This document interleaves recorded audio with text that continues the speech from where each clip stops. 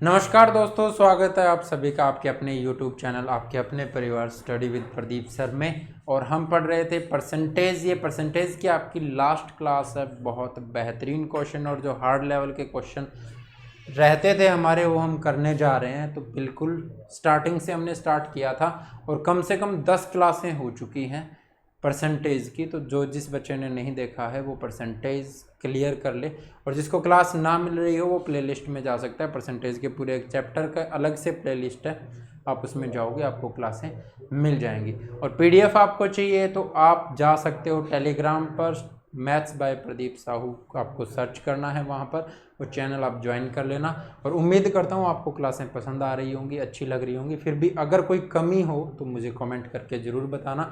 और अगर क्लास पसंद आए तो लाइक करना, ना पसंद आए तो तुम्हें पता ही है क्या करना है, अभी डिसलाइक कर देना। लेकिन मुझे बता करके ज़रूर जाना क्या कमी रही। पहला क्वेश्चन ये बिल्कुल आसान है, पहला क्वेश्चन। इसके बाद में जो क्वेश्चन आने वाले हैं ना वो देखना। तो क्लास जिसने स्टार्ट की है देखना, वो लास्ट तक देखना बच्चे, ठीक है। लास्ट तक जरूर देखना क्लास को, फिर आपको पता चलेगा कैसे क्वेश्चन आते हैं और क्या हमें करना है। यदि चीनी के मूल्य में 30% की कमी आ जाती है तो वो अपनी खपत में कितने प्रतिशत की वृद्धि करे कि खर्च में 10% की वृद्धि हो। यानी पहले अगर क्या था, उसका 100 रुपये खर्च था, हमने मान लिया 100 रुपये खर्च, तो 30% की कमी आ गई। 30% की कमी यानी 100 पर 30% की आपको क्या करनी है, कमी करनी है। तो माइनस करोगे कितना हो जाएगा जी, 70 हो जाएगा, ठीक है। कितना हुआ, 70 हुआ। अब ये कहता है कि जी खर्च जो है वो 10% की वृद्धि हो जानी चाहिए। ये क्या हो जाएगी, 10% की क्या करनी है आपको, वृद्धि करनी है, यानी प्लस करना है। यानी कितना हो गया, 110। तो ये वो थी जो पहले खपत थी। ये क्या है, ये करंट कंजप्शन है।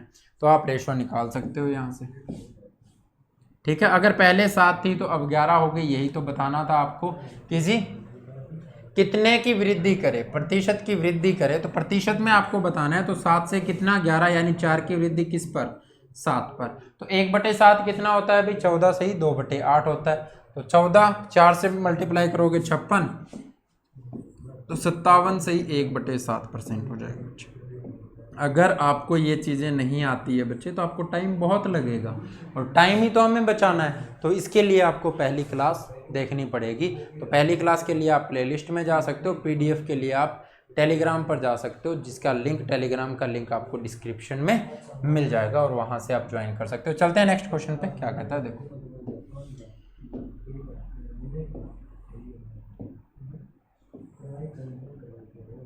ये रहा आपका सेकंड क्वेश्चन। बहुत बढ़िया क्वेश्चन है। थोड़ा सा लैंग्वेज में चेंज किया है, बस आपको टेंशन नहीं लेनी है, घबराना नहीं है, क्वेश्चन वैसा ही है।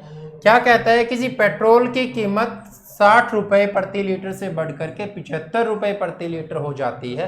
पेट्रोल की खपत को कितने कम किया जाए, कितने % में कम किया जाए ताकि बढ़ा हुआ खर्च केवल 10% रहे। यानी खर्च क्या है, 10%। अब आपको पता ही है कि पेट्रोल से डीजल महंगा हो गया, दिल्ली में डीजल के रेट पेट्रोल से भी ज़्यादा हो गए, ठीक है। तो ये तो आप न्यूज़ देखते ही रहते होंगे, लेकिन यहाँ पर आपको क्या करना है देखो बच्चे। आपको ये कह रहा है कि जी 60 रुपये प्रति लीटर था, 75 रुपये प्रति लीटर हो जाती है, लेकिन हमें क्या करना है, पहले क्या था, 60 रुपये था, ठीक है। अब कितना हो गया, अब 75 रुपये हो गया। लेकिन ये क्या कह रहा है कि जी खपत को कितना कम करें कि जो खर्च है वो 10% ही बढ़े। तो 60 का 10% भाई, तो इसका 10% बढ़े, कितना हो जाए, 66 हो जाए, क्योंकि 6 होता है, 60 का 10%, तो खर्च कितना हो जाना चाहिए, 66। लेकिन हो कितना रहा है, 75। तो कम करना पड़ेगा ना, कितना कम करना पड़ेगा, तो 9 की कमी करनी पड़ेगी। किस पर करनी पड़ेगी, तो जितना है उस पर ही करोगे। तो किस पर, 75 पर। 3 से काटोगे, ये हो गया 3 और ये हो गया 25। तो 1/25 4% होता है, 3 से गुना करोगे 4 तो ये 12%। आंसर हो जाएगा, ये ऑप्शन आपका राइट आंसर होगा। किसके साथ जाओगे, ए ऑप्शन के साथ जाओगे, ये आपका राइट आंसर होगा। चलते हैं नेक्स्ट क्वेश्चन पे, क्या कहता है देखो।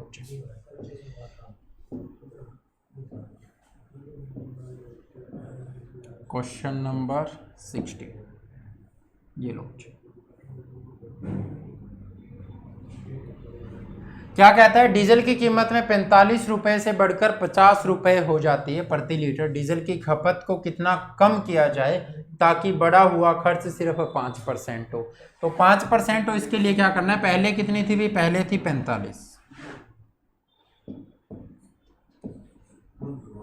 अब कितनी हो गई, 50 हो गई। ठीक है, 5% बढ़े, तो 5% बढ़े खर्च, उसके लिए क्या करना पड़ेगा, इसका 5% निकालना पड़ेगा और इसका 5% निकालना पड़ेगा, चाहे आप इसका निकालो चाहे इसका डबल करके निकालो, जैसे आपको कैलकुलेशन अच्छी लगे, दोनों तरह से मैं आपको बता देता हूँ। इसका अगर 10% निकालते हैं तो 4.5, तो 5% निकालेंगे तो 2.25। ठीक है, यानी खर्च कितना हुआ भाई, अब 47.25 का होना चाहिए, लेकिन हो कितना रहा है, 50 का हो रहा है, तो कम कितना करना पड़ेगा, तो कम करना पड़ेगा 2.75। किस पर कमी करनी है, 50 पर करनी है। ठीक है, किस पर कमी करनी है, 50 पर करनी है। 1/50 कितना होता है, 2 होता है, तो इसको 2 से मल्टीप्लाई करोगे, कितना हो जाएगा भाई, 5.5 हो जाएगा। तो वही आपका आंसर है। बिल्कुल सिंपल और आसान आपको बनाना है क्वेश्चन को, आपको कुछ काटना नहीं है, कुछ नहीं करना है, आपको क्या करना है, 2.75 आया, 1/50 2 होता है, 2 से मल्टीप्लाई किया, कितना आ गया, 5.5, वही आपका आंसर था। कमी कितने की करनी पड़ेगी, 5.5 की करनी पड़ेगी। चलते हैं नेक्स्ट क्वेश्चन पे बच्चे, क्या कहता है देखो।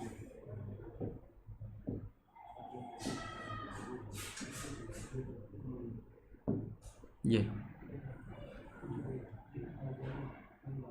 अगर क्वेश्चन दिखने में कोई प्रॉब्लम आ रही हो तो कमेंट कर देना भी, फिर आगे सुधार करेंगे। क्या कहता है, जब किसी वस्तु की कीमत में 25% की कमी की गई तब उसकी बिक्री में x% की वृद्धि हो जाती है। यदि राजस्व जो है प्राप्ति में 20% की वृद्धि होती है तो x का मान क्या होगा, ये आपको बताना है। ठीक है, हम मान करके चलते हैं भाई 100। ठीक है, जब किसी वस्तु की कीमत में 25% की कमी की गई, कीमत कितनी होगी, 100 से 75 हो गई, 25% की कमी 75 हो गई। ठीक है, अब उसकी कीमत जो बिक्री है वो x% बढ़ जाती है, वो x% ये हमें बताना है, लेकिन जो राजस्व मिलेगा, जो राजस्व मिलेगा वो कितना, 20% की वृद्धि होती है। तो 20% की वृद्धि होती है, यानी 100 से अब कितना मिल रहा है भाई, 120 रुपए मिल रहे हैं। पहले अगर 100 रुपए मिल रहे थे तो 20% की क्या हो गई, वृद्धि हो गई, अब कितने मिल रहे हैं, 120 मिल रहे हैं। अगर पहले 75 थे, यानी वही मान करके चलो कि जी पहले कंजम्पशन 75 की थी, तो अब करंट कंजम्पशन क्या है, 120 की, आप रेशो में निकाल लो, 15 5 होता है और 15 8 होता है, यानी पहले अगर 5 की थी तो अब 8 की है। या फिर ये मान करके चलो कि जी बिक्री में परसेंट बताना है आपको, तो पहले 5 बिकती थी तो अब 8 बिकती है, तो कितनी बढ़ गई भाई, 3 बढ़ गई। किस पर, तो पहले 5 थी ना, 5 पर ही बढ़ेगी। ठीक है, तो ये कितना होता है, ये 60% होता है बच्चे। तो जो पहली बार क्लास देख रहा है वो पहले वाली क्लास जरूर देख लेना, आंसर होगा आपका सी ऑप्शन 60%। ठीक है, चलते हैं नेक्स्ट क्वेश्चन पे, क्या कहता है देखो।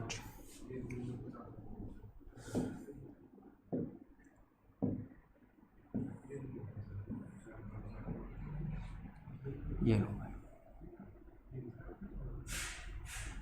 सेम टाइप का क्वेश्चन है, देखो।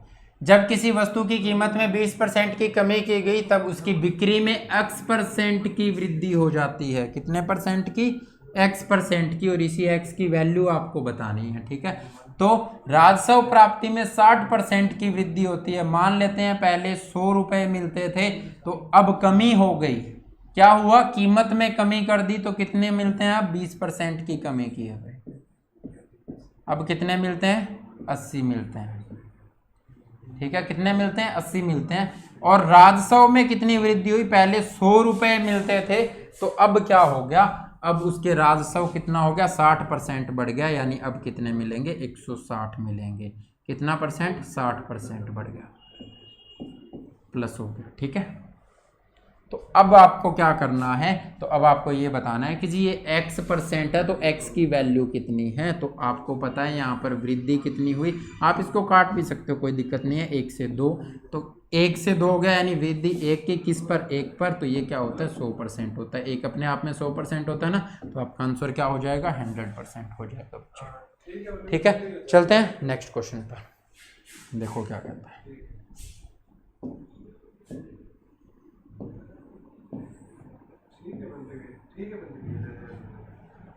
ये ये हो गया ना।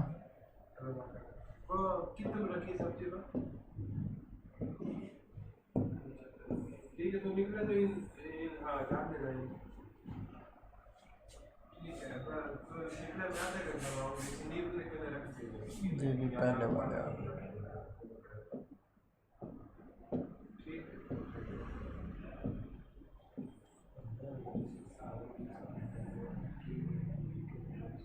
ये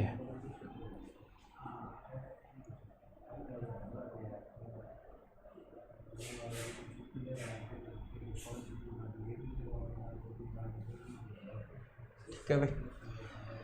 तेल का मूल्य 20% तक बढ़ जाता है किंतु उसकी खपत 8 से ही 1/3% तक कम हो जाती है, तो इस पर व्यय में कितने % की वृद्धि अथवा कमी होगी, ये आपको बताना है। ठीक है, तेल का मूल्य अगर बढ़ता है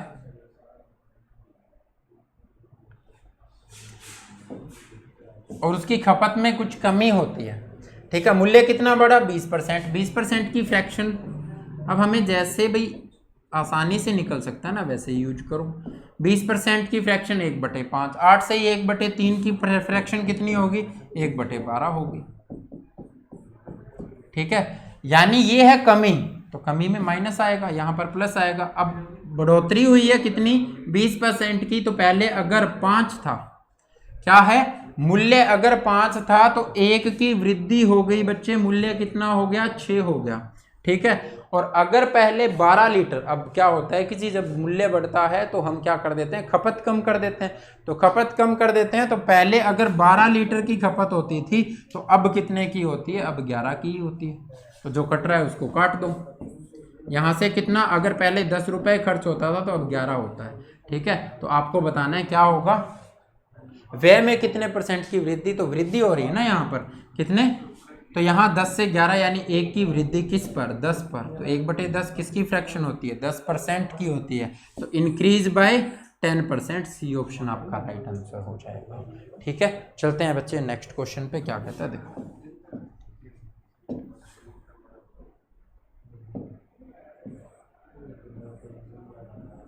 ये लो जी क्वेश्चन नंबर 20।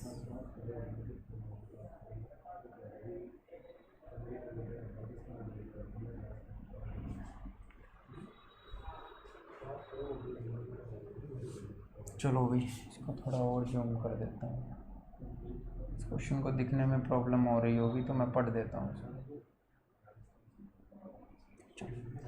एक व्यक्ति अपनी संपत्ति का 30% भाग वह दान कर देता है। ये क्या कह रहा है कि जी 30% जो भाग है वह क्या कर देता है, दान कर देता है इसको।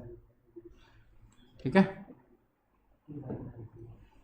30% दान कर दिया उसने, शेष राशि का क्रमशः 30% और 25% भाग वह अपनी पत्नी और बेटे को देता है, बाकी धनराशि वह अपने 3 बेटियों के बीच समान रूप से विभाजित करता है। ठीक है, अब आपको क्या करना है बच्चे, आपको ये बताना है कि उसके पास कुल संपत्ति कितनी थी।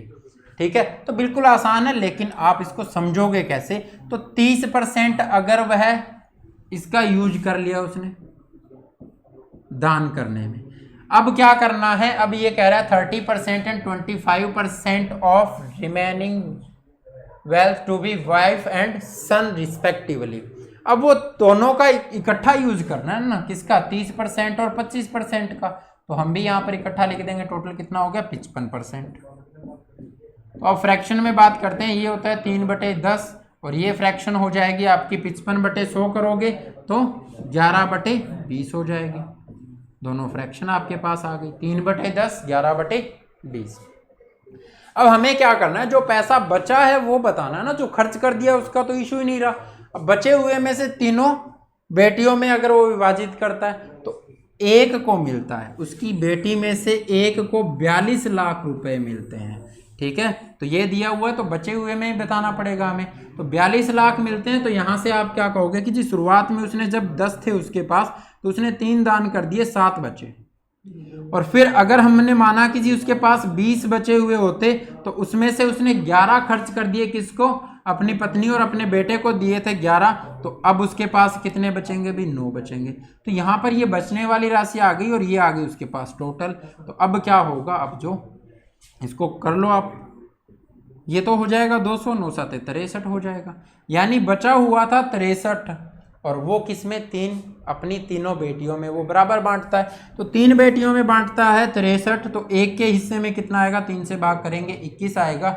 लेकिन ये कह रहा है जी 21 नहीं आया था, 42 लाख रुपए मिले थे एक को। तो इसको किससे मल्टीप्लाई कर रहा है, 2 से मल्टीप्लाई कर रहा है, यानी मल्टीप्लाई बाय 2 होगा। और 2 से मल्टीप्लाई करने पर क्या आएगा, 200 को 2 से मल्टीप्लाई करोगे 400 आएगा, और 400 लाख हो जाएगा आपका आंसर। ठीक है, उम्मीद करता हूँ आपको क्वेश्चन अच्छे लग रहे होंगे। अच्छे लग रहे हैं तो कमेंट करके जरूर बताना बच्चे। ठीक है, चलो चलते हैं नेक्स्ट क्वेश्चन पे।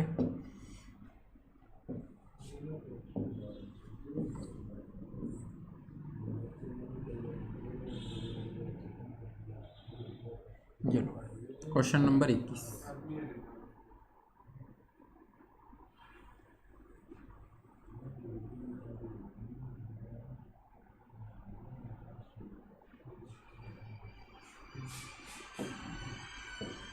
ये एक व्यक्ति अपनी आय का 37 से ही 1/2% खर्च कर देता है। यदि उसकी आय और खर्च में 12% और 15% की वृद्धि कर दी जाए तो उसकी बचत में कितने प्रतिशत का अंतर आ जाएगा। इस तरह के क्वेश्चन हम पहले कर चुके हैं, तो यहाँ पर हम बिल्कुल शॉर्ट तरीके से ही करेंगे। 37 से ही 1/2% खर्च कर देता है, फ्रैक्शन क्या होगी, 37 से ही 1/2% की फ्रैक्शन क्या होगी भाई, 3/8 होगी।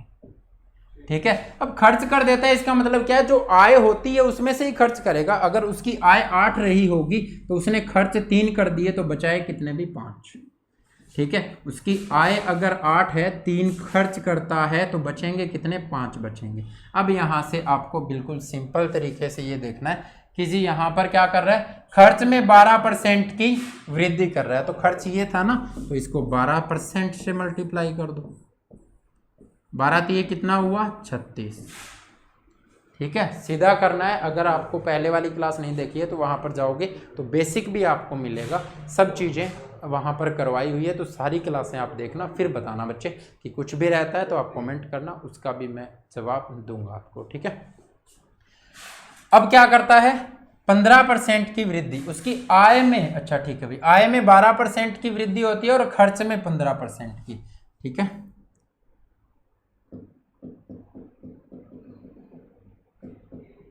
आय में हुई है 12% की वृद्धि, इसमें हुई है भी 12 8 कितना हो जाएगा, 96 हो जाएगा। ठीक है, और उसके खर्च में कितने की वृद्धि हुई है, 15% की। तो यहाँ पर कितना हो गया, 15% हो गया, 15 दिए 45। ठीक है, ये खर्च में वृद्धि हुई, यानी अब जो एक्स्ट्रा पैसा आ रहा है उसकी जेब में वो थे 96 रुपए, पहले वाले से एक्स्ट्रा आ रहा है वो थे 96 रुपए, और अब जो उसमें एक्स्ट्रा खर्च हो रहा है वो है 45 रुपए। तो एक्स्ट्रा बचत कितनी होगी, तो उसी का तो परसेंट बताना था। तो एक्स्ट्रा बचत कितनी हुई भाई, 51 रुपए की हुई। ठीक है, तो परसेंट में बताना है तो 5 को किससे, ये x% होगा ना यहाँ पर। ठीक है, तो इस x की तो वैल्यू बतानी है, तो आपने बताना है कि जी 5 में से यहाँ पर मैं क्या लिखूं कि ये 51 आ जाए। तो मैंने 51 से मल्टीप्लाई कर दिया और 5 से डिवाइड कर दिया, तो वो 51 आ जाएगा ना, और इसके आगे लगा दिया परसेंट। तो कितना हो गया अभी, 10.02% होगा। ठीक है, कितना हो गया, 10.2% हो जाएगा ना, 10.2%। ठीक है, तो ये आपको आंसर करना है कितना, 10.2% आपके पास आंसर आ जाएगा, और वही आपको क्या करना है, आंसर करना है। चलते हैं बच्चे नेक्स्ट क्वेश्चन पे, क्या कहता है देखो। क्वेश्चन नंबर 21 हो गया ना, 22 पर चलते हैं।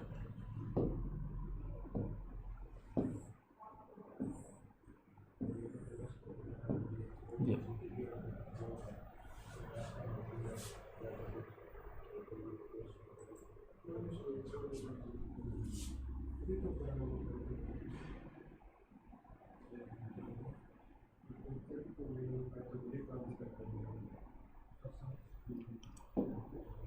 क्या कहता है, सुधा अपनी आय का 15% बचाती है। यदि उसका व्यय 20% बढ़ता है और बचत में 60% की वृद्धि होती है तो उसकी आय में कितने परसेंट की वृद्धि हुई है ये आपको बताना है। आय का 15% बचाती है, 15% की फ्रैक्शन भाई कितनी हो जाएगी, 3/20 हो जाएगी। बचाती है अगर उसकी आय अगर क्या थी, 20 थी। आय कितनी थी, 20 थी भाई। तो वो बचत कितने की करती है, 15% बचाती है ना, तो बचत करती है वो 3 की। तो खर्च कितने का हुआ भी, 17 का हो गया।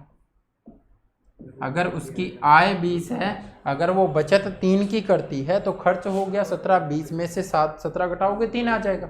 ठीक है। अब क्या कहता है कि जी बचत में 60% की वृद्धि और व्यय में 20% की वृद्धि। तो व्यय में, एक्सपेंडिचर में 20% की वृद्धि हो गई। इसको 20% से मल्टीप्लाई करो। ठीक है, आपको सीधा मल्टीप्लाई लेना है यहां से। ठीक है। और बचत में 60% की, तो 60% की वृद्धि यहां पर हुई। तो ये कितना हो गया, 180 हो गया। ये कितना हुआ भाई, 340 हो जाएगा। तो अब आपको ये बताना है कि जी यहां पर कितना रहा होगा कि उसमें से 340 खर्च काट करके 180 आया होगा। तो इन दोनों को जोड़ना पड़ेगा ना।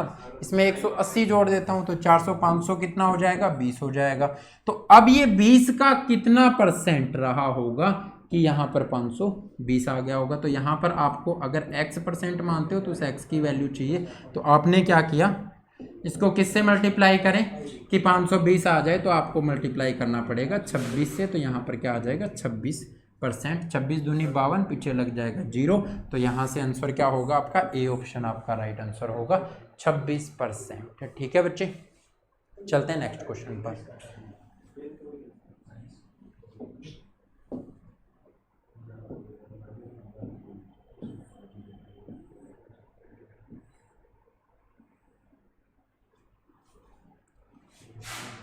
ये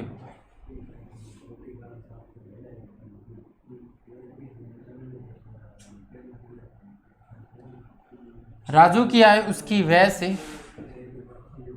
20% अधिक है। यदि उसकी आय में 60% और व्यय में 70% की वृद्धि होती है। उसकी आय में कितने वृद्धि हो रही है, 60%, व्यय में 70%। तो उसकी बचत में प्रतिशत बढ़ोतरी या कमी आपको बतानी है। राजू की आय उसके व्यय से 20% अधिक है। अब 20% की फ्रैक्शन भाई 1/5 होती है। अब उसकी आय जो है ना उसके व्यय से 20% अधिक है। कहने का मतलब क्या है कि जी अगर ये व्यय है उसका, तो उसकी आय उससे 20% अधिक यानी 1 ज़्यादा है। अगर उसका व्यय कितना है, उसका खर्च अगर 5 है तो इससे 1 ज़्यादा कितनी होगी, उसकी जो आय है वो 6 हो जाएगी। ठीक है। तो बचत कितने की हुई, बचत होगी जी 1 की। ठीक है, 6 रुपए कमाता है, 5 खर्च कर देता है, तो 1 रुपए की बचत हो गई। यदि उसकी आय में 60% की और व्यय में 70% की, तो आय में कितने की वृद्धि हुई, 60% की हो गई। तो कितना हुआ भाई, 360 हो गया। और व्यय में 70% की वृद्धि, तो 70%, 70 से मल्टीप्लाई कर दो, 350 हो गया। तो यहां से कितना बढ़ा भाई, अगर अब उसके पास 360 रुपए ज़्यादा आने लगे, उसने 350 रुपए खर्च करने शुरू कर दिए, ज़्यादा खर्च करने शुरू कर दिए। अब अगर आय बढ़ जाती है तो फिर तो भाई शाम को भी फीलिंग आती होगी ना कि अब तो पैसे आने बढ़ गए हैं, थोड़ा पार्टी शार्टी भी कर लेते हैं और खर्च भी कर लेते हैं। तो वही फीलिंग इसको आई होगी, भाई इसने 350 रुपये ज़्यादा खर्च करने शुरू कर दिए। और ये हिसाब किताब लगा करके एक आदमी का शाम वाला खर्चा ही है। ठीक है। तो आपको क्या करना है, 360 में से 350 घटाओगे, यहाँ पर 10 आया, और ये 10 आ कैसे सकता है, तो ये 1 यहाँ पर दिखा रहा है, तो इसको 10 से मल्टीप्लाई करना पड़ेगा ना बच्चे। तो ये 10% रहा होगा यहाँ पर। तो आपको कहना है कि जी इंक्रीज हुई है बचत कितना, 10%। ठीक है। तो सी ऑप्शन आपका राइट आंसर होगा। चलते हैं नेक्स्ट क्वेश्चन पे, क्वेश्चन नंबर 24।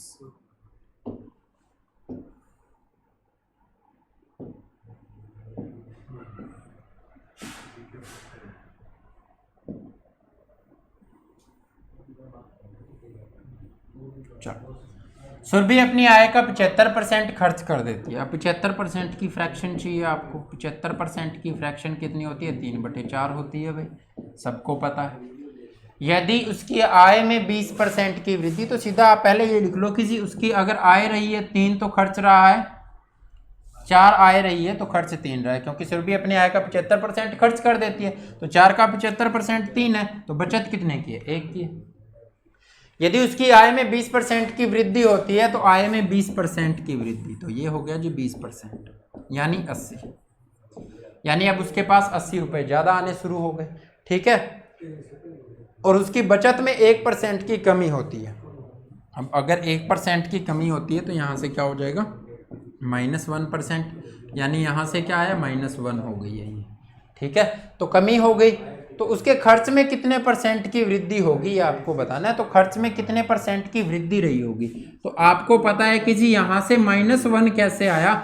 ये -1 तब आया ना बच्चे, बचत में कमी हुई है। क्यों हुई है? क्योंकि इसके पास 80 रुपये ज़्यादा आने लग गए, तो इसने खर्च करना, ये फीलिंग ज़्यादा ले गया होगा कि बहुत कमाते हैं अब तो कोई ना उड़ा देते हैं, तो ये ज़्यादा उड़ाने लग गया होगा, और ज़्यादा उड़ाने लग गया होगा तो इसने खर्च कितने का कर दिया होगा?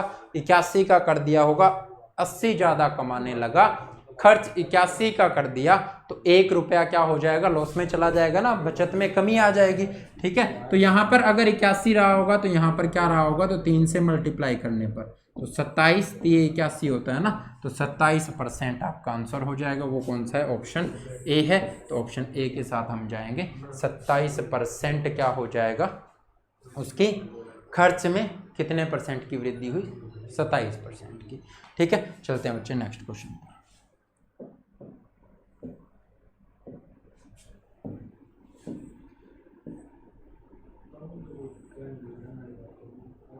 ये लो जी आज का लास्ट क्वेश्चन।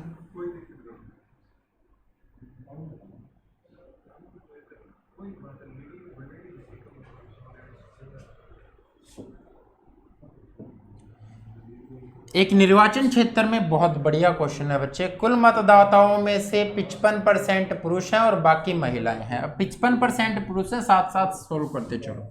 अगर 55% पुरुष है यानी 100 में से 55 अगर पुरुष हैं, मेल हैं, तो फीमेल कितनी होंगी भाई? 45 हो जाएंगे।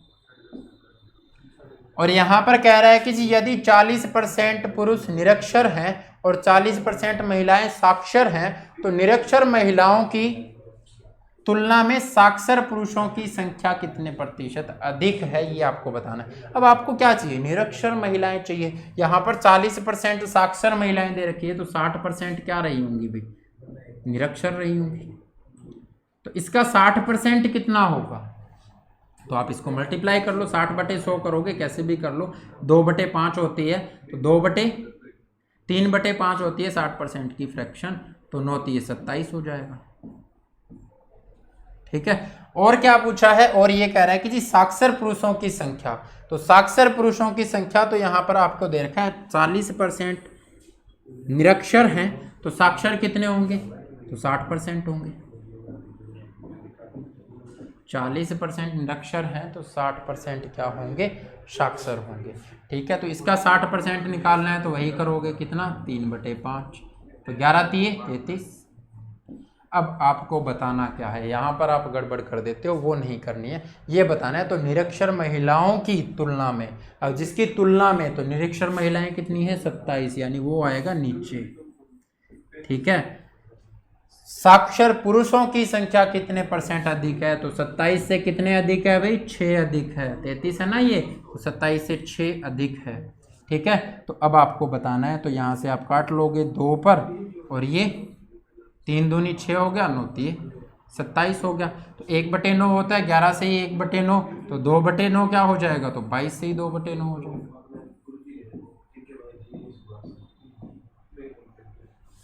तो ये आपका आंसर हो जाएगा बी ऑप्शन, 22 से 2/9। तो ये थी बच्चे आज की आपकी क्लास। अगर आपको अच्छी लगी है तो कमेंट करके ज़रूर बताना, कोई भी दिक्कत आ रही है तो भी कमेंट करना। नया चैप्टर मैंने बच्चों को ये कहा था कि जी कौन सा चैप्टर स्टार्ट करना है अर्थमेटिक का आगे, अब वो कमेंट कर रहे हैं जी मेंसुरेशन स्टार्ट कर दो, जी एडवांस स्टार्ट कर दो। मेंसुरेशन भाई एडवांस में ही करवाएंगे ना, मेंसुरेशन तब होगा जब सारे चैप्टर हो जाएंगे, तभी तो क्वेश्चन निकलेंगे उसमें से। तो पता नहीं, तुम्हें ये पता नहीं है कि कौन सा अर्थमेटिक है कौन सा एडवांस है। एक कह रहा है जी कोऑर्डिनेट ज्योमेट्री शुरू कर दो, तो भाई मैंने ये पूछा था कि अर्थमेटिक का कौन सा चैप्टर आगे शुरू करें। ठीक है, तो इन चीज़ों का थोड़ा सा ध्यान करो। अर्थमेटिक खत्म करते हैं, चीज़ें सब होंगी आपके एग्ज़ाम से पहले, चाहे मुझे 4 घंटे क्लास लेनी पड़े, 5 घंटे क्लास लेनी पड़े। अगर आपका एग्ज़ाम आ जाएगा तो हम पूरा सिलेबस करेंगे, उसकी कोई दिक्कत नहीं है। ठीक है, लेकिन अभी एग्ज़ाम नज़दीक नहीं है, तो धीरे धीरे कंसेप्ट को क्लियर करते हुए बिल्कुल अच्छे से पढ़ो चीज़ों को, सारी चीज़ें क्लियर करते हैं। ठीक है, तो साथ साथ चलेंगे, कोई दिक्कत नहीं है। अब आपको ये बताना है अर्थमेटिक का कौन सा चैप्टर स्टार्ट करना है। परसेंटेज हम कर चुके हैं, अब आप जो कहोगे वो चैप्टर हम स्टार्ट कर लेंगे। ठीक है, लेकिन अर्थमेटिक का बताना प्यारे बच्चे। ठीक है, नेक्स्ट क्लास में फिर मिलेंगे अच्छे क्वेश्चनों के साथ। तब तक हंसते रहिए, मुस्कुराते रहिए और पढ़ते रहिए, और अपना और अपनों का ख्याल रखिए। टेक केयर, बाय बाय, जय हिंद, जय भारत।